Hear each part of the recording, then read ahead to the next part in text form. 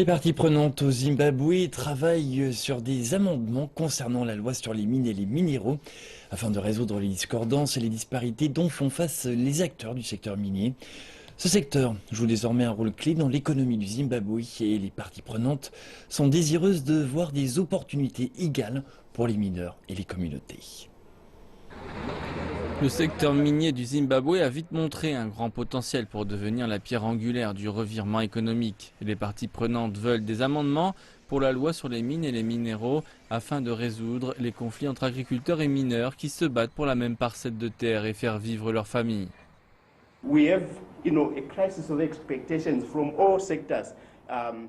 Nous avons, vous savez, des attentes dans tous les secteurs. Nous avons les petits mineurs qui veulent une part du gâteau.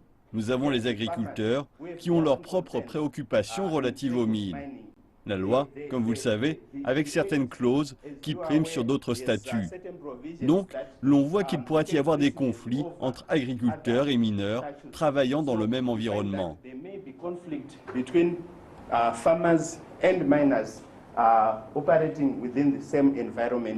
Les parties prenantes souhaitent que la loi minière encourage les investisseurs à garantir la croissance du secteur et l'économie. Ils demandent des lois qui comblent les pertes de revenus dans le secteur, offrent de la transparence et aussi la divulgation des contrats miniers.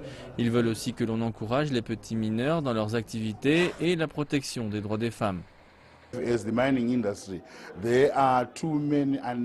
Il y a trop de choses qui affectent l'investissement dans l'industrie minière et cela doit être résolu afin que l'on facilite les activités.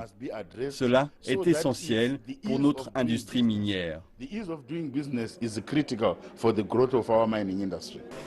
Le secteur minier devrait croître d'au moins 1,6% cette année, mais il est affecté par le retrait des licences d'opération des mineurs de diamants et d'autres défis.